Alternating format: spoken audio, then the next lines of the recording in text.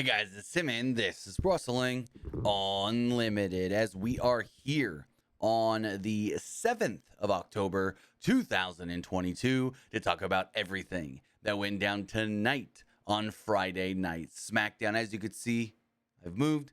I'm in my new setup. It's not 100% set up perfectly yet. Like the lighting's not great and everything. Well, I mean, not perfect. I need to maybe move the light over here on this side down so I'm not casting much of a shadow down from the bill, more straight on the head. And there's some other things I need to tweak. Also, I'm going to need your guys' help in the live chat. Let me know how I sound. Let me know if the stream at any time starts to buffer or chug or anything like that. Keep me informed because this is the first test, per se, that I've done from the new room, from the new setup, from the new place. The old place is basically all taken care of. I should be done and moved out 100% officially from that place on Monday, but that's whatever. We got Smackdown to talk about, the go-home show for Elimination Chamber. And I thought I thought the things that they did to build up Elimination Chamber tomorrow night was pretty good. And I'm very, very interested in the show tomorrow night. Since Saturday says the sound good for now. Jackson says sound is good. Awesome. I was just worried that there was going to be a slight echo or it wasn't going to be loud enough because I had to do some adjusting earlier that kind of dampened the echo. Ooh, we got some matches being announced right now for Dynamite next week. They just announced Billy Gunn against Swerve Strickland in Toronto.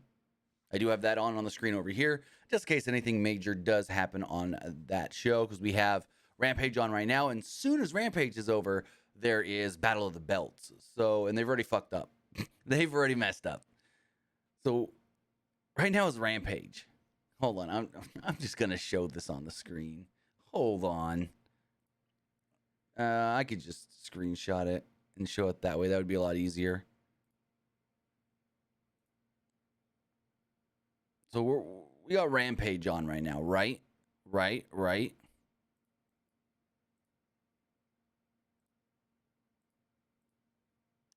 Yet, the screen behind Swerve right here says Battle of the Belts. The screen, and also this was already announced. I don't know why I just clicked that by accident.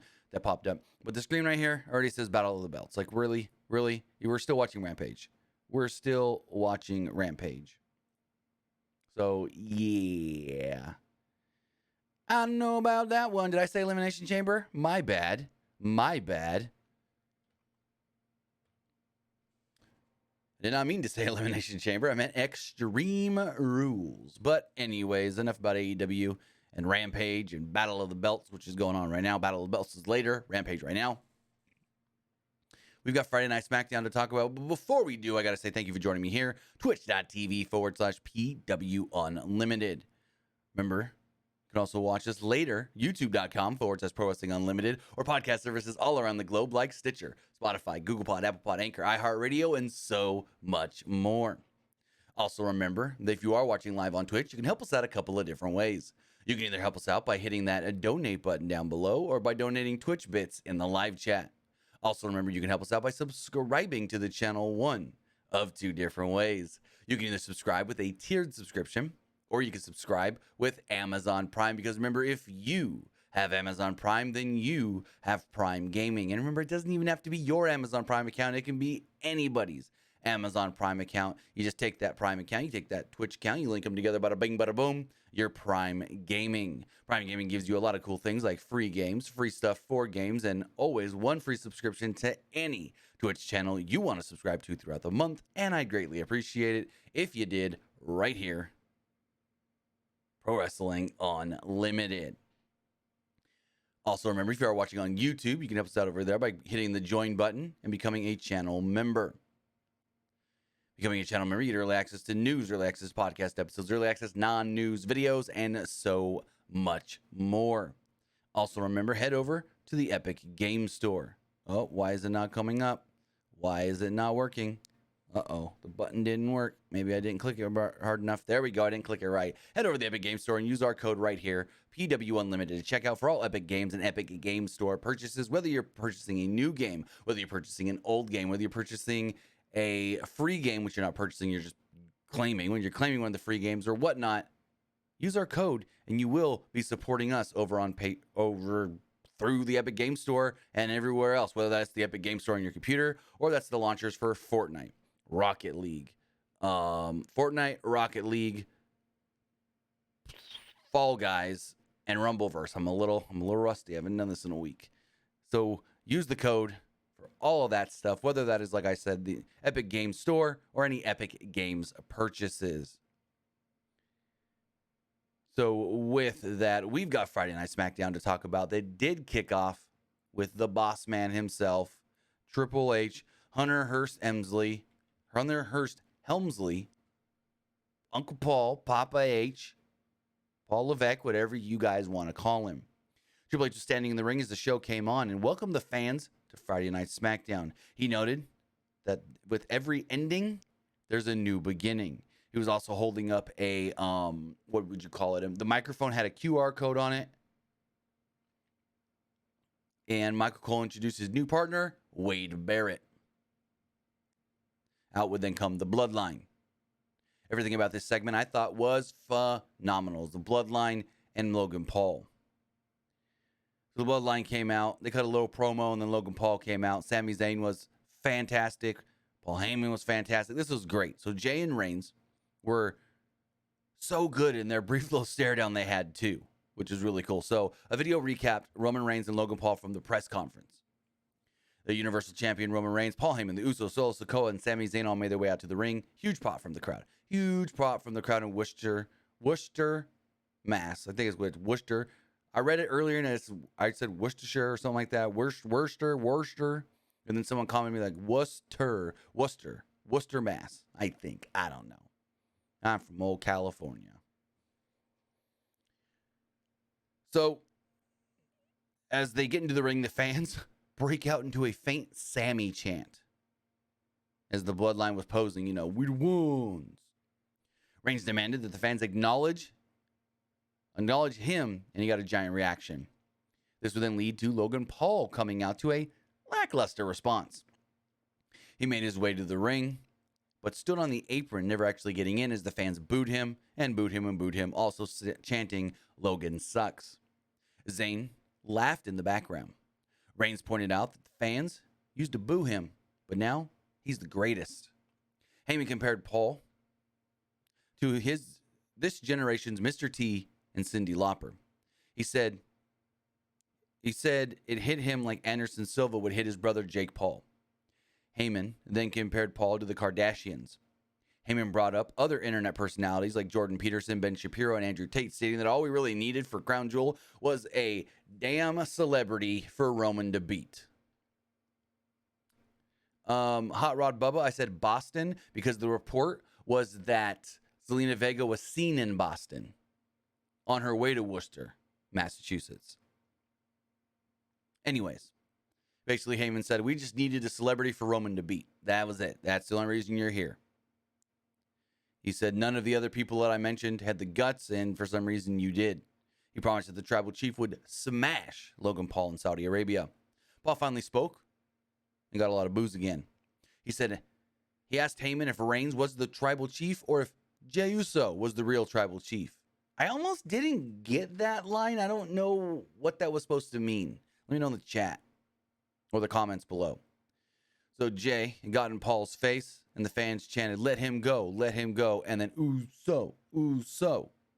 Reigns didn't like that comment and got in Jay's face.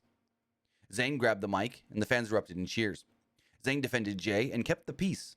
He blamed Logan Paul, and Zayn added that Reigns would smash Paul at Crown Jewel. I don't know why I said Crown Zero. And the fans popped. He said Paul's just a YouTube personality that wants to be a wrestler. Zayn said that Paul's just a number 2 and a stain. He ended by saying that they're the ones and he's the 2. Paul walked off and the Bloodline laughed at him. So next up, we did end up getting Solo Sikoa against Ricochet in a 8 minute match, a little over 8 minutes. So moving forward, Sikoa jumped Ricochet before the match even started. He had the early advantage, but Ricochet quickly recovered and hit a dive to the floor. A frustrated Sikoa grabbed a chair, but the referee took it away. Sikoa briefly took over, but Ricochet fought back. He went for a springboard, but Sikoa cut him off with a right hand, and Ricochet landed hard on his back and neck on the floor, basically. Back from a break, Sikoa was firmly in control until Ricochet fought back. He caught Sikoa with a Hurricane Rana and a jumping knee. He followed this up with a springboard dropkick and a super kick. Then we had a cool little finish here. Ricochet went for the 450. Sikoa jumped to his feet, caught Ricochet, and hit the spinning solo, his basic version of the rock bottom, like a spinning rock bottom Uranage deal. I liked the finish a lot. I thought this was a really good finish, and you get Sikoa another big win on the main roster. The Bloodline were watching backstage from their locker room. Zayn bragged about mentoring Sikoa. Zayn lost his cool and started yelling at Sami. Zayn called him a hothead, and Jay freaked out again. Zayn noted that Jay is a hothead and has always been one. He said, "You've been one even since we were kids. You need to calm down." He said he's always been the Bloodline's problem, but now he's Sami's problem. Zayn shook his head reluctantly as everyone looked away awkwardly. In the back, Hit Row were making their way to the ring. Back from break, Sami and the Usos were walking down the hallway. Zayn tried apologizing for the previous segment. New Day would approach and made fun of Jay for Sami being his boss now, basically. If that's what you want to call it. Zayn then challenged them to find a partner and do a 6-man later on tonight. Excuse me. So we have Hit Row, and they're coming down to the ring. And Wade Barrett's all kinds of happy. He's saying he loves Hit Row and this and that. And Hit Row. We love Hit Row. And as they're getting into the ring, all of a sudden someone flies in, does like a drive-by drop kick on the apron to, I want to say it was, it was to Top Dollar. We then see 3 men in masks, and we know exactly who it is. It's Legado Del Fantasma, which we had heard earlier today. We're debuting tonight, and debuting with a special someone, sans someone else. We'll get into all that in a minute. So they toss Ashanti the Adonis out of the ring and focus their attacks on Top Dollar. B-Fab tried to check on Top Dollar when Zelina Vega, now blonde, would show up, and she jumped off the top rope onto B-Fab and took her out with a knee. They then did some splashes onto Top Dollar, Cruz, Del Toro, and Joaquin Wilde. For all 4 of these people stood together, and Zelina Vega said, "You didn't think I was coming back alone." No, I brought some friends in Legado Del Fantasma. So it is Santos Escobar, Joaquin Wilde, and Cruz Del Toro. They took the masks off, and it's like we knew who they were, but Wade goes, "Oh my God, you know who that is, Cole? You know who that is, Michael?" Like, yeah, we knew who it was with the masks on. I chuckled. I chuckled pretty big. So, no Elektra Lopez, which is very interesting. No Elektra.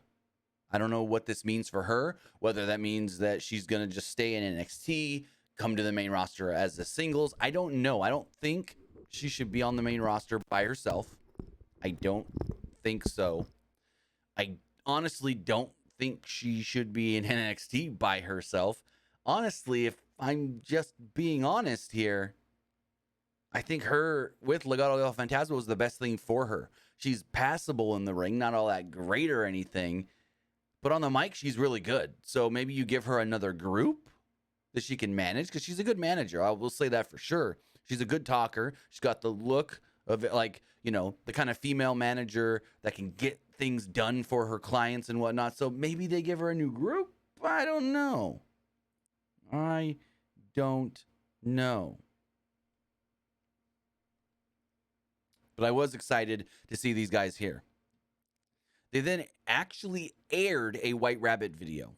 There's a little animated video where the White Rabbit's running through a forest and he comes up on a purple X. And I'm like, oh, they're teasing Extreme Rules. Oh, they're teasing Extreme Rules. And they did more than just tease Extreme Rules.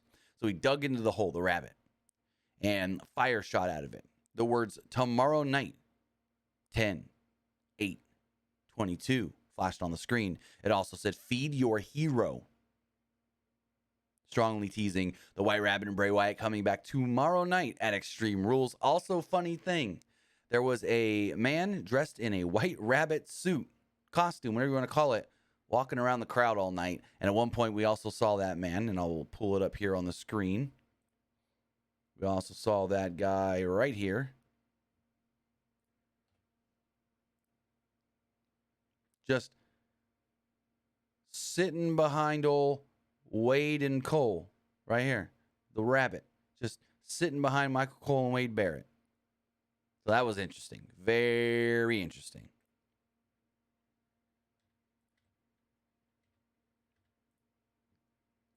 So as we move forward,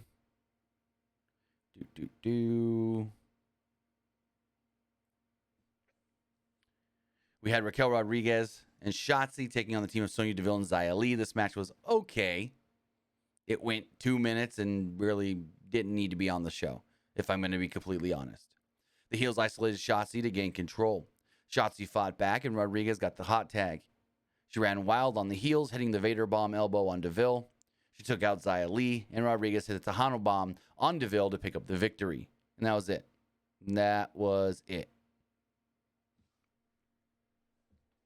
Sikoa and Barrett briefly discussed Gunther versus Sheamus later. They showed comments from former Intercontinental Champions on Twitter. And in the back, they showed the Brawling Brutes helping Sheamus prepare for the match.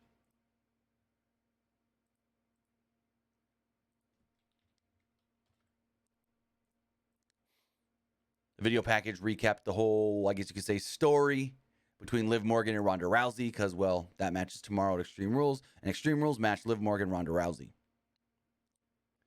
We then had a Karrion Kross Drew McIntyre segment. Karrion Kross and Scarlett made their way out to the ring.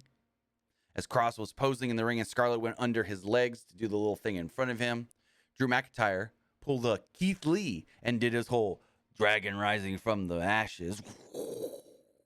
And he stood up behind Karrion Kross and he beat Kross and put the leather strap around his wrist. Yet, when security ran down to stop McIntyre, this is when Kross would take control. Kross would recover the slight beat down, I guess you could say, and viciously beat down McIntyre instead. He tied McIntyre to the ropes and brutally whipped him with the strap several times. The interesting thing here, though, that I didn't understand, security came down to stop Drew, but unless I just wasn't paying enough attention, was security not also trying to stop Karrion? They just let Karrion do what he wanted to do? Like, I didn't notice them trying to stop Kross, if I'm, thinking here correctly. We then had a vignette of a Viking, a female Viking with dreadlocks, standing with her back to the camera. And she said something about Valhalla is coming. And we know who this is. It's the old Sarah Logan, Sarah Rowe, whatever name she's going to be going by. I don't know what name she's going to be going by, but this is now the second time that we have seen her in a Viking vignette. I feel like this is basically from the same vignette. What's it called? Same video shoot or whatever they did the last time when they announced the Viking Rules match or whatever it was. And we saw her in the same pose, but now she spoke. I think she might have spoken in the last one, but I don't know. But this is basically confirming Sarah Logan, Sarah Rowe, whatever name she's going to go by. Maybe a new name as a Viking. I think she's coming back full time. I would love to see her with Viking Raiders and tease her until Viking Raiders are ready to come back, because I believe Eric is out with a foot injury. So slowly keep teasing her. Maybe not even have to do it. So we don't know how long Eric is out for, but I don't think we need to tease every single week. If he's out for 6 or 7 weeks, then you give me 3 or 4 teases. We don't need 6 or 7. Just be like, tease it this week and then don't do it next week. And then when you do it in 2 weeks, you go, oh, I forgot about that. Yes, I'm excited. So I'm excited. I was always a Sarah Logan fan. So we then had our 6-man tag team match that went 10.5 minutes. Sami Zayn and the Usos came down before the New Day would come out and introduce their tag team partner, Braun Strowman. Pretty obvious this was going to be Braun. So early on, Kingston and Zayn started off the match and went back and forth. The babyfaces quickly took over. Jay was furious at Zayn and kept yelling at him for some reason. They did, not get beat down. The New Day then took advantage and dumped the Usos to the floor. They followed this up with a double suicide dive. Zayn tried to help the Usos, but Jay yelled at him again. During a commercial break, Zayn caused a distraction, so Jay could interfere. The heels took over and isolated Kingston on their side of the ring. The fans broke into a loud "We want Braun" chant. Zayn rocked Kingston with an elbow, and Jay tagged himself in pretty hard. He slapped Sammy on the back. Excuse me, got a hiccup all of a sudden. Zayn was offended by the way he was tagged and started yelling at Jay. Jimmy then tagged Zayn back. Oh, no. Did I get that mixed up? No, I didn't. Okay. So Jimmy at one point gets tagged in and tags Sammy back in to the ring. And there's a faint Zayn chant, or no, Sammy chant. Sammy, Sammy, Sammy, Sammy. Zayn and Sammy. Nope, that's the same person. Zayn and Jay. I don't know why I wrote it like that. Briefly started to work together, but they started arguing again, just bickering back and forth. Clucking like fucking hens. Kingston took advantage of this, and Strowman got the hot tag. He cleared the ring and splashed Jay in the corner. No, Jimmy. Jimmy in the corner. Strowman then followed this up with a clothesline on Jimmy as Sammy and Jay watched on from ringside, pissed off. Strowman then noticed that they were watching and ran around the ring and shoulder tackled them into the announce desk. Jay flew into Michael Cole, knocking him out of his chair. Woods and Kingston then hit the backbreaker double foot stomp on Jimmy to pick up the victory. So the baby faces, Braun Strowman and the New Day do pick up the win.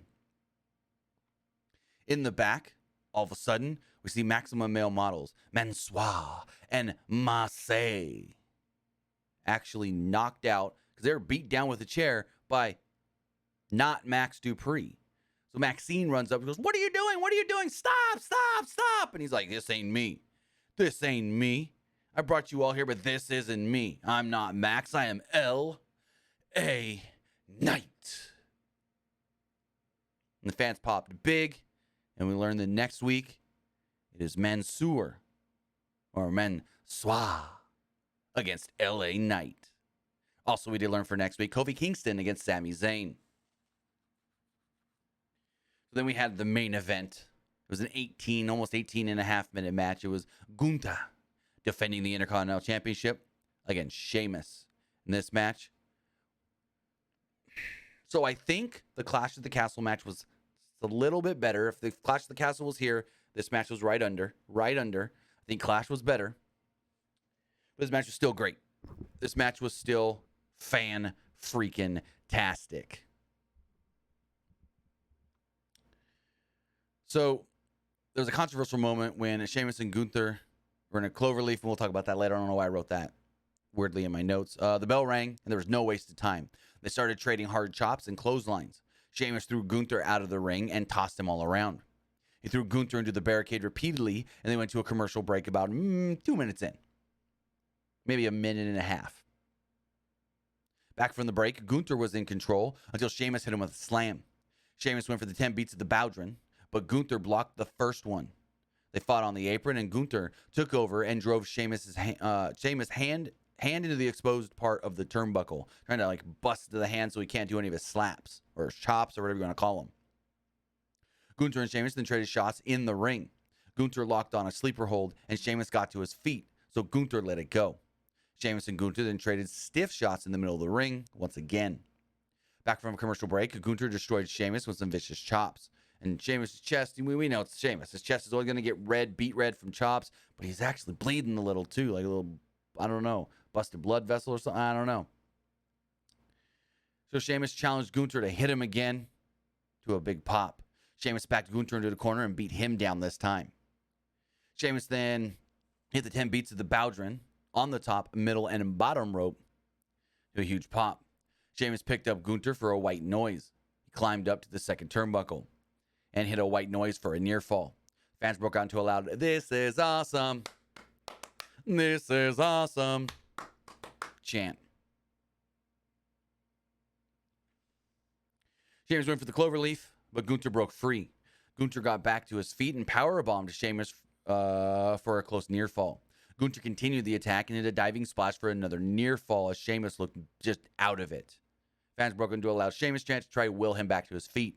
Gunther went for a clothesline, but Sheamus kicked the arm instead. Sheamus locked on a clover leaf, and it looked like Gunther had tapped out, but it was more of he was trying to reach the ropes, and his hand kept missing or missed or whatever, so it sounded like he tapped, but he didn't. Referee Jessica Carr said, no, he did not tap out. She waved it off. Commentary was a little confused, but then he finally made it to the ropes. Sheamus was furious with the referee. He was certain Gunther had tapped, and she says, no, I was watching it. He didn't tap. Ludwig Kaiser and Giovanni Vinci would then run down to encourage Gunther to keep on going. Butch and Rich Holland would then also run down to make the save before they would try to get involved. They would all start brawling at ringside, and they handed the shillelagh to Gunther. As they brawled at ringside, Kaiser handed the shillelagh over to Gunther. Sheamus was setting up for a bro kick, but as he went to go for the bro kick, pop right in the face with the shillelagh. And that was just enough to knock out Sheamus and beat him 1, 2, 3. Gunther retains the title. There's some shenanigans going on Rampage right now. So Gunther retains the Intercontinental Championship. I really thought Sheamus was going to be the one coming out victorious. I really, really did. But again, another really, really good match. So Butch and Holland continue brawling with Imperium at ringside. In the ring, Gunther posed with the title over a fallen Sheamus, and that is how the show went off the air. So with that, guys, that is Friday Night Smackdown. I thought it was an overall really good show. I thought it could have been a little better as a go-home for Extreme Rules. But I'm still excited for Extreme Rules tomorrow. I'm excited for next week's SmackDown. I like SmackDown tonight overall. So, yeah, again, could have been a little better as a go-home. But hey, that's just a little, what's the word I'm looking for? Nitpick, I guess you could say. Just a little nitpick. But with that, guys, that is everything that took place on SmackDown. Why is my button not working? Oh, well, we'll fix that later. Remember, if you want to be part of the show, you can do so by texting in to 510-906-1341. Again, that's 510-906-1341. Be part of the show by texting into 510-906-1341 if you are watching live on Twitch. Pull that up really fast. We also got to pull up the polls because we got polls for you. We got a couple of them. As far as the Twitch poll does go, 88% liked SmackDown, and 13% thought it was just all right. As far as the Twitter poll does go, also, I ran a poll right when the main event started of SmackDown. Who do you think will retain the championship, Gunther or Sheamus? 63% thought Gunther would retain the title, and 37% thought Sheamus was going to walk out the new champion.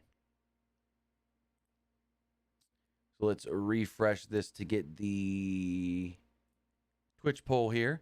89% liked SmackDown. Wow. 10% thought it was just all right. Well, 10.8%. And as far as the YouTube poll does go, 86% liked the show. 11% thought it was just all right. And 4% didn't like SmackDown. Oh, man. Pac having to do double duty back to back. So the main event of Rampage, he successfully defended the Trios titles, and then Battle of the Belts starts, and immediately he's defending the All-Atlantic title. Gee willikers. Don't give this guy any time to rest. Nope. So Trent should beat him, right? You would think, since he's tired from just going through a fucking 6-man against the Dark Order. I don't know. I don't know. As far as the text messages do go, we got one here that states, do you think Charlotte Flair returns tomorrow to cost Ronda the title? And do you think Imperium is equal to the Bloodline? I don't think Imperium is equal to the Bloodline. And I do think Charlotte might return tomorrow, but not to screw Ronda. Because I think Ronda wins. I think Ronda wins tomorrow night. Or says, do you think Badass Billy Gunn will be on the show Monday? Heck no. Heck no. If he was, they would have already advertised it. Billy is not going to be on the DX reunion special. And finally, this person says, I just want to say Daniel Garcia has the charisma of a cardboard box, and I hope that Tony Khan does not think that he has what it takes to carry a company on his back, because he doesn't. Well, I don't think they're going to do Daniel Garcia as like the guy, at least not anytime soon. But that's Garcia's character. He's not supposed to be dripping with charisma or anything like that. He's just supposed to be a really, really, really good technical wrestler that can beat just about anybody's ass. So yeah, I don't think that's a like plan or anything. This person says, are you doing predictions for Extreme Rules? So my predictions, because it's a Saturday show, I'm going to actually do my predictions within my preview tomorrow morning, which will also give you, so I'll do preview. So it'll be like, hey, we got this match. I think this person's going to win. Betting odds has this person as the favorite. So there we go. So I will give you I'll give you a rundown, predictions, and betting odds all in one video in the morning.